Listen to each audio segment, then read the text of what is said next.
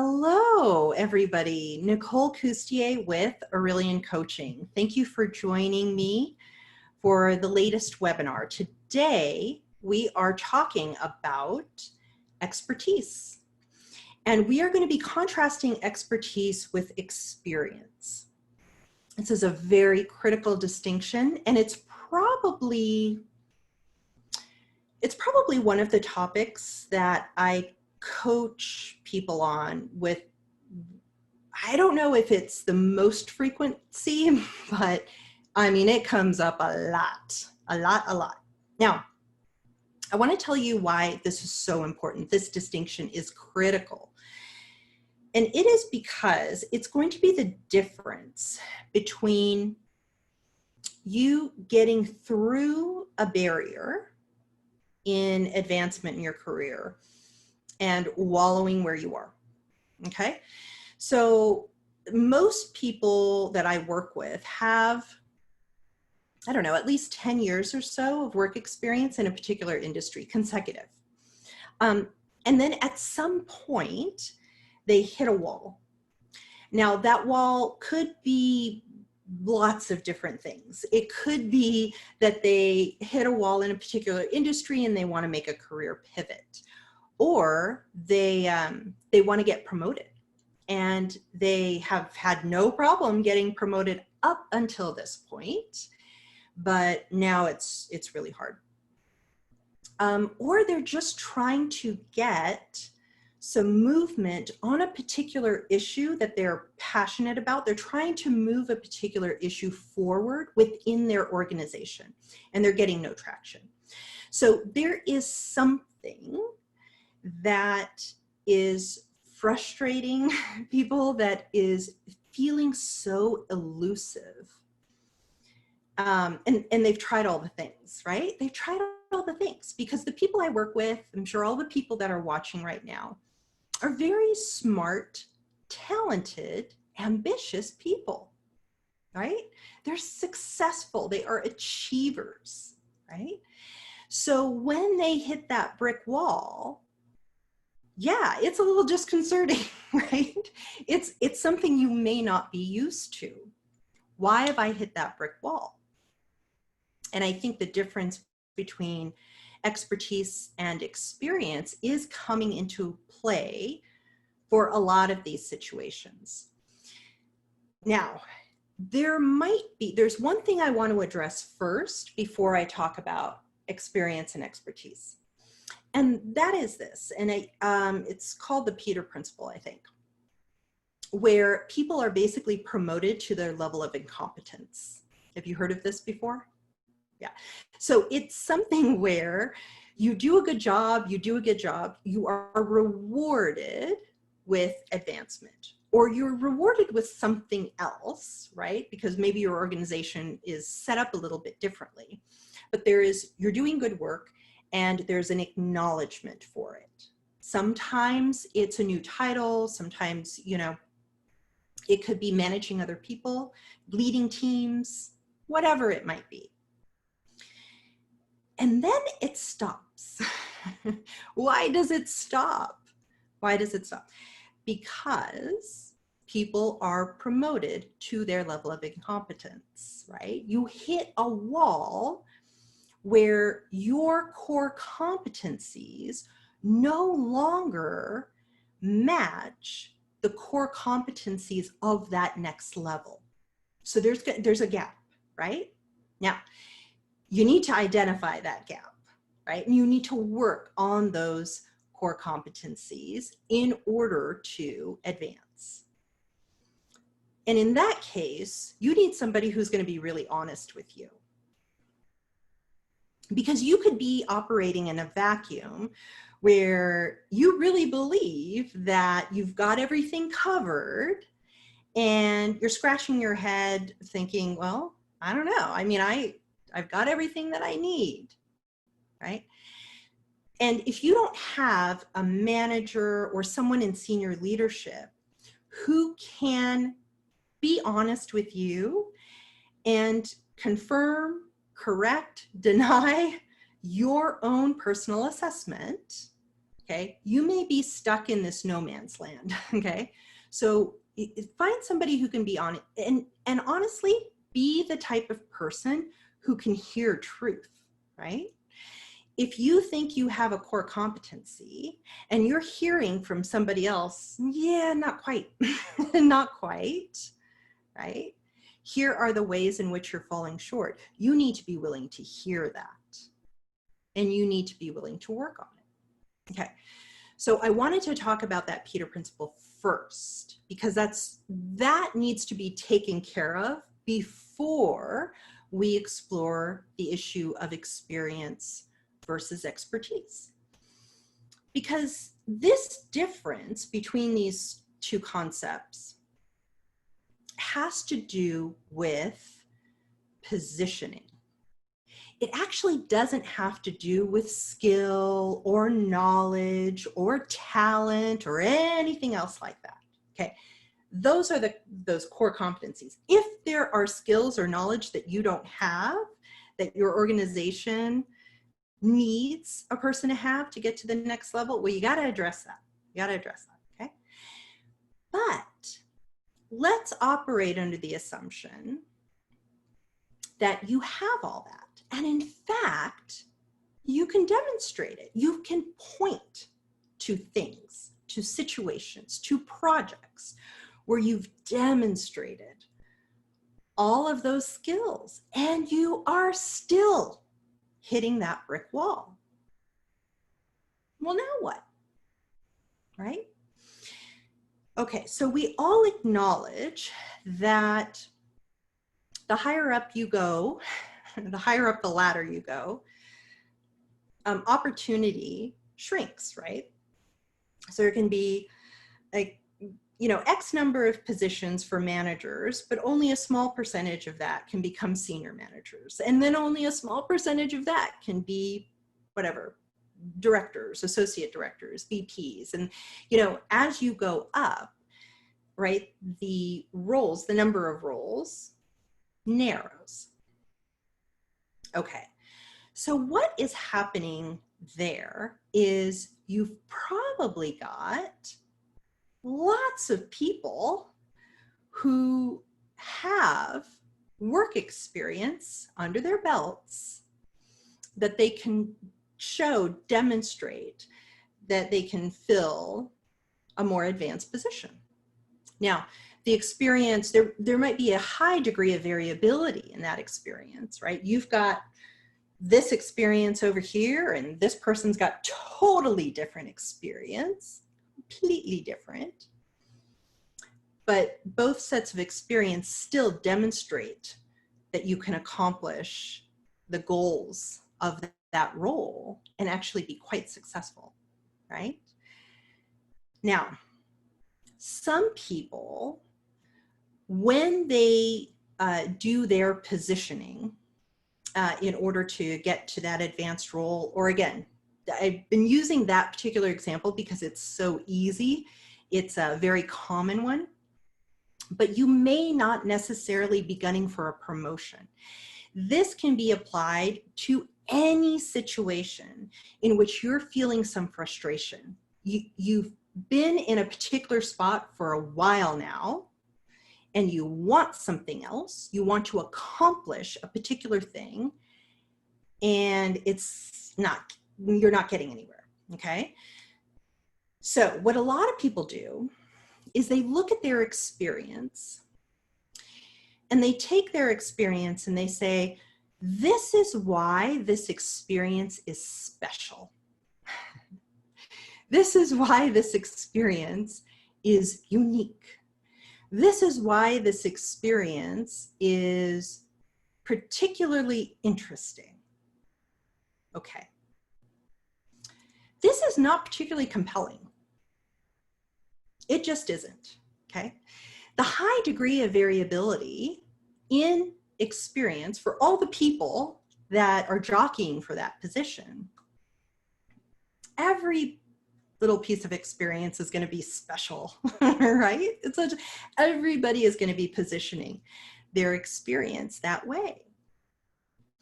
So what I would like to suggest is that you take a fundamentally different approach, okay? Stop talking about your experience so much and start talking about expertise. What's the difference between experience and expertise? Okay. Experience is just what happened. It's just what happened. You did this thing at this time. And yes, it might be special for these reasons. It might be unique for these reasons. It might be interesting for these reasons, but it's just what happened. Okay. Expertise is totally different. Expertise is skill or knowledge that demonstrates a mastery of a particular subject. It is not tied to just what happened.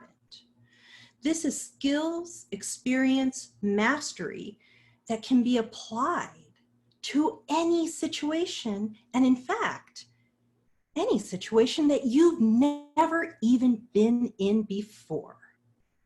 That's the difference. It's the difference between just what happened and taking what you know and applying it in a situation you've never been in before. That's expertise.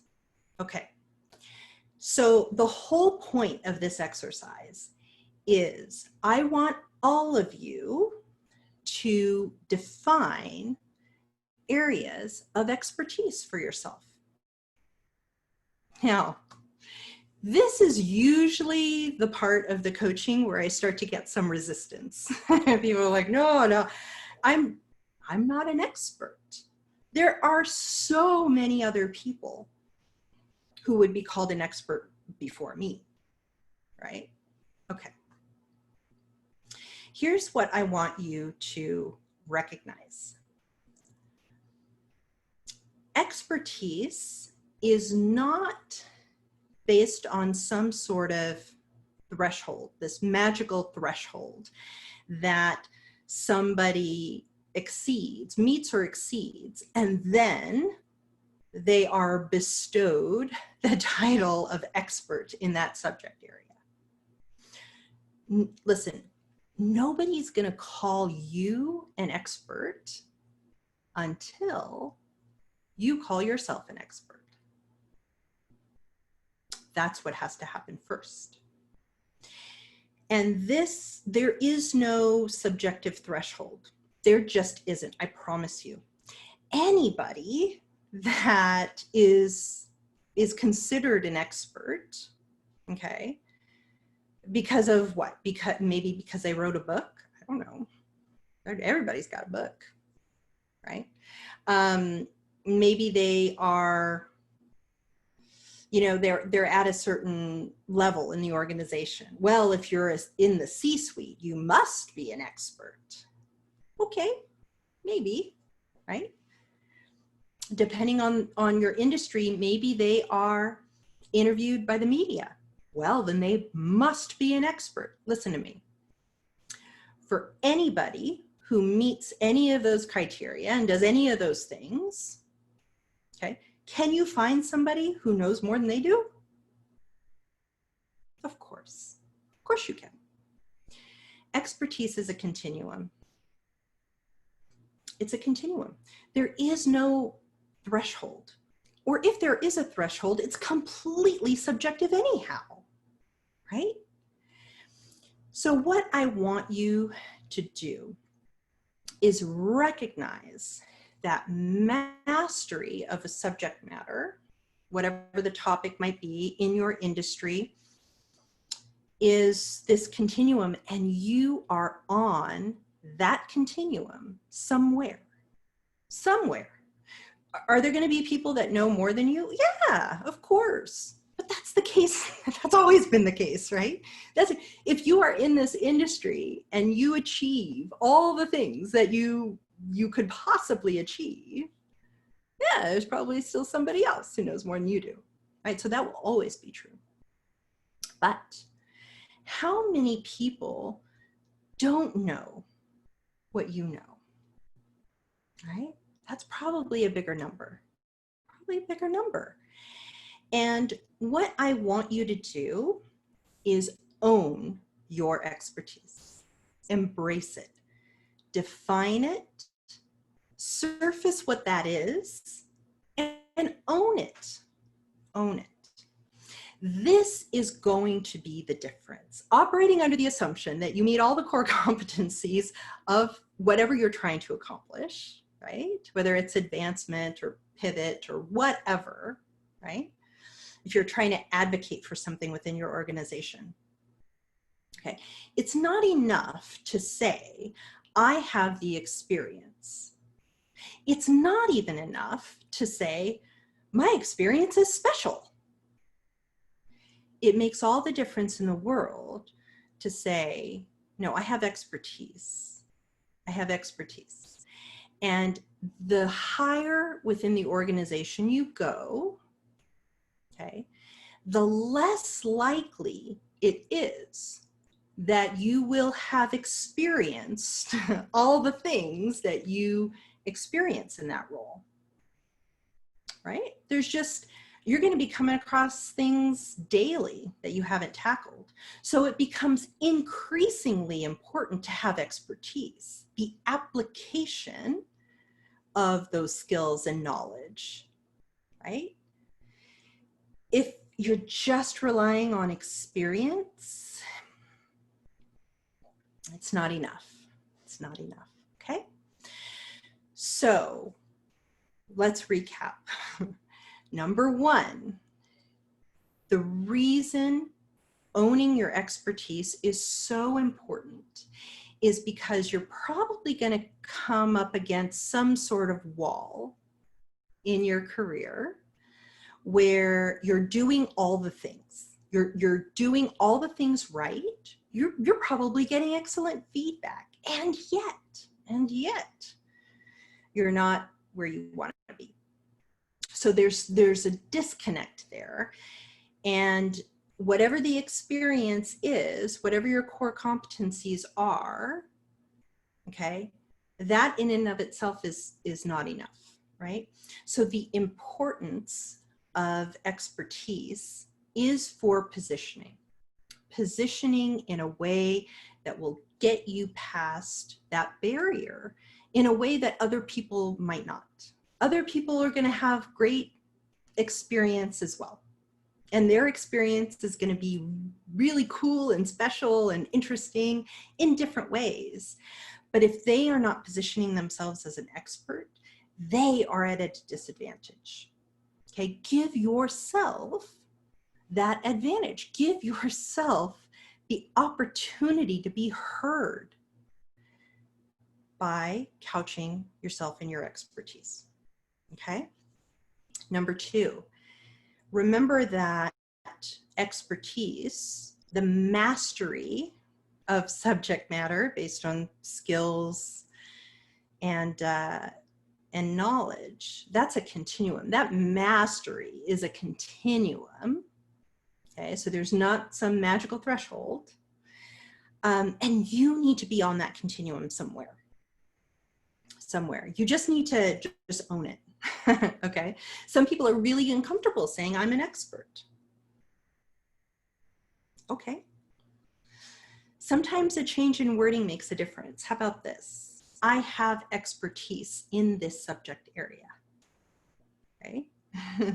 Sometimes people are uncomfortable with, the capital E expert term because it feels all or nothing, right? The be all end all of you need to have all the answers. No, you don't need to have all the answers. I came from the life sciences industry, where I used to go to scientific conferences all the time. And they're incredibly accomplished researchers who are at the cutting edge of science and technology and innovation, and it's very exciting stuff.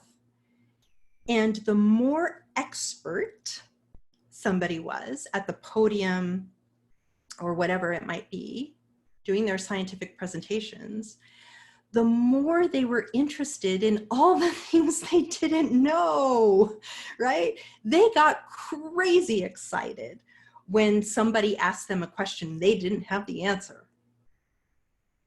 Yeah, there's no all or nothing, okay? It's a continuum.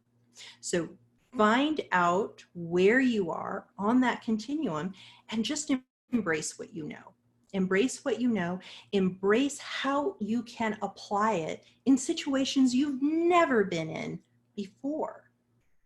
That's the power of this type of positioning.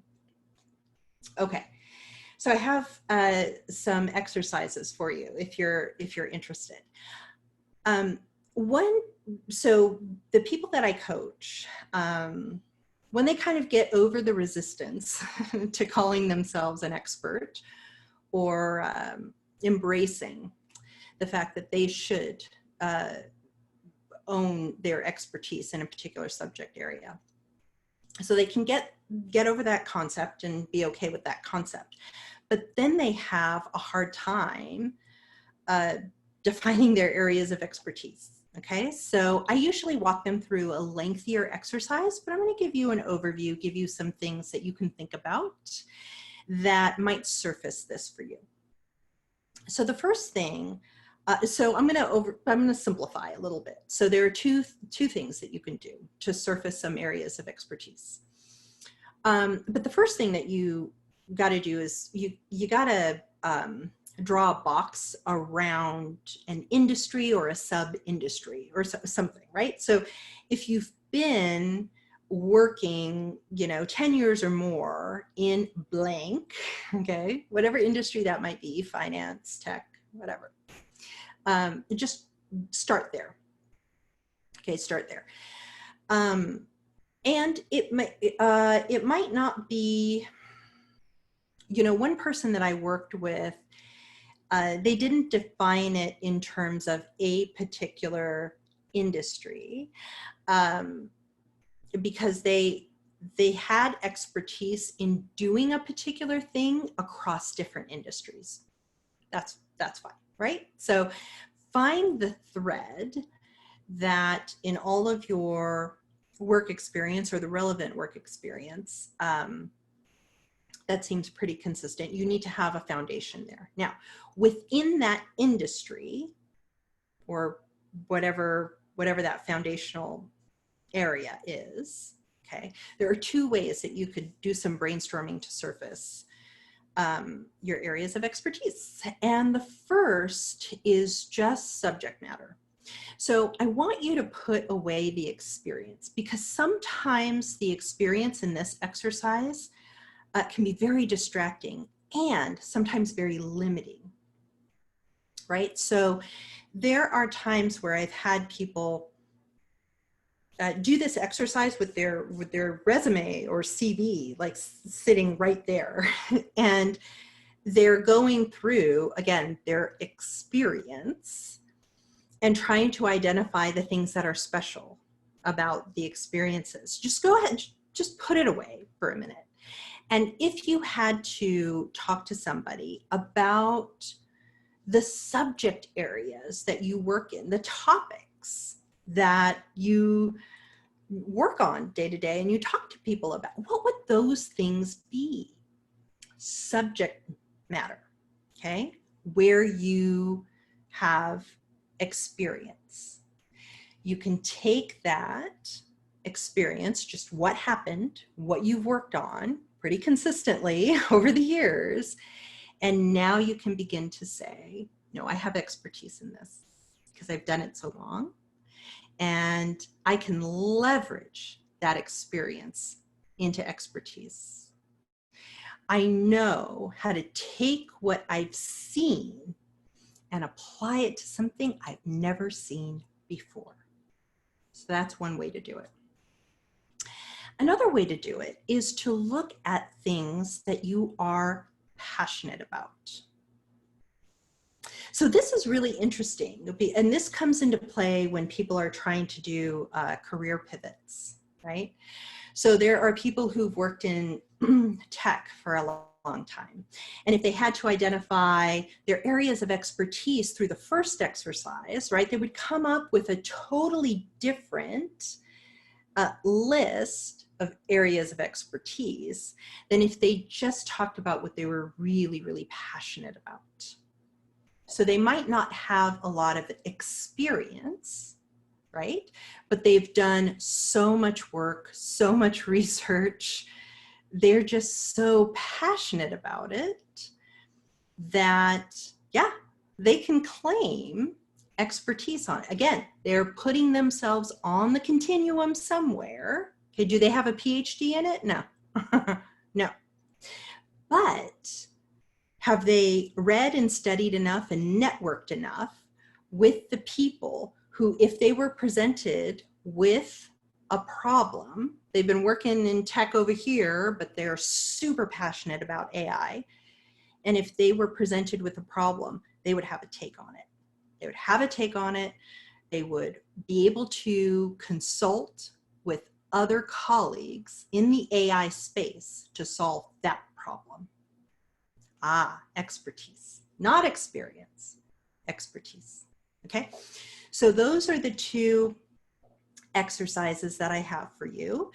Let me see if there are any questions here. Yeah, so you are welcome. There are a couple people here saying that they haven't thought of it this way before. Yeah, it does require a mind shift, because what's happening is, so many people talk about experience, and especially when you're trying to position yourself for advancement, some people think that experience is all that matters, and they never even think about expertise, because expertise is for other people. That's not me. I'm not an expert, because look at all the other people we can point to who would be more expert than I am. Just because there are other people who would be more expert than you are does not mean you are not on that expertise continuum somewhere. Remember that. Okay. So I offer free coaching sessions, one free coaching session for people. So if this is something where you go back and do these exercises and you hit another brick wall and you want to do some brainstorming with me, you can.